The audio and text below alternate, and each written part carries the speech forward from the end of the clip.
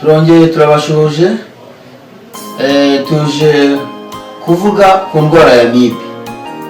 Amibe ni iki? Amibe ni inzoka zo mu nda, ariko kandi akaba ari inzoka ikomoka kuri mikorobe zinjiriye mu byo turya, ku bikoresho bidasukuye neza, ku mazi atatetswe ngo ashye, n'ahandi hose hashobora gukomoka umwanda. Amibe rero ni umwanzi w'umuntu, ni umwanzi w'imibiri yacu. Amibe iyo yinjiye mu mara iragenda igahinduka icyonnyi, ibyo uriye ikabyakira mbere, umuntu akaba aho ngaho yarazonzwe adatora uturaso, ibyo uriye byose ikabisamira mu kirere. Ikindi kandi iyo yamaze gutura mu mubiri w'umuntu, ni hahandi iyo yageze mu maraso, ni hahandi atangira kugira ibibazo byinshi bitandukanye mu mubiri we. Ni iki cyakubwira rero ko urwaye amibe? Dore bimwe mu bimenyetso biranga umurwayi wa amibe. Amibe iyo yamaze kugera mu maraso utangira kugira isereri ya hato na hato.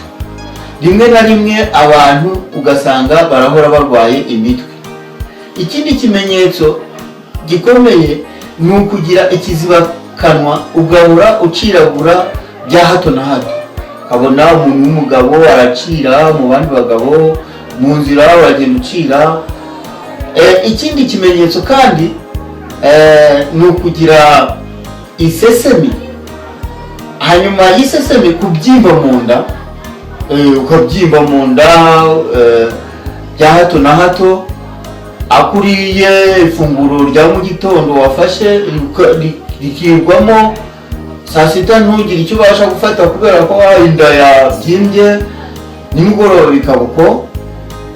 Ikindi kimenyetso kindi ni ukwishimagura, ni ukugira gutura ubwangati, ndetse n'ikindi kugira constipation ya hato na hato, ari byo bigenda bikazabyara n'indwara ya hemorrhoide. Hari benshi rero bavuga ko indwara ya amibe idakira.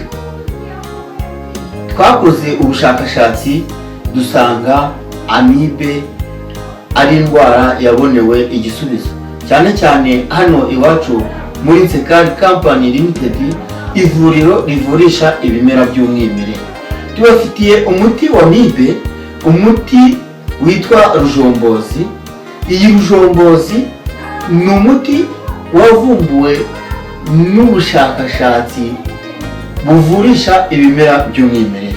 Uyu muti ujombora amibe mu gikono cyayo ndetse n'amagi yayo agasohoka. Ni umuti ufasha abantu bakuru, ni umuti ufasha urubyiruko, ni umuti kandi ufasha abana batoya. Tubafitiye dosage zitandukanye, kuva ku mwana w'umwaka umwe kugera ku myaka 12 tubasha kumuvura inzoka zo mu nda zigakira. Kuva ku myaka 12 kugeza ku myaka 30 tubasha kumuvura inzoka zo mu nda zigakira. Kandi kuva ku myaka 30 kuzamura n'abasaza zateye ibibazo bitandukanye, abo nabo turabafasha. Rujombozi ijombora amibe mu gikono cyayo ni umuti umaze kuba ubukombe hano iwacu mu Rwanda ndetse no hanze yabo. Ni karibu muze tubahe igisubizo cya amibe, dore ko benshi bavuga ko bayiburiye umuti. Hano muri Nsekari Company Limited tubafitiye igisubizo cya amibe. Ni ubuhamya duhabwa na benshi batugana, ni ubuhamya duhabwa n'imbaga nyinshi. Muze namwe mwirebere igisubizo kiva ku bimera by'umwimerere.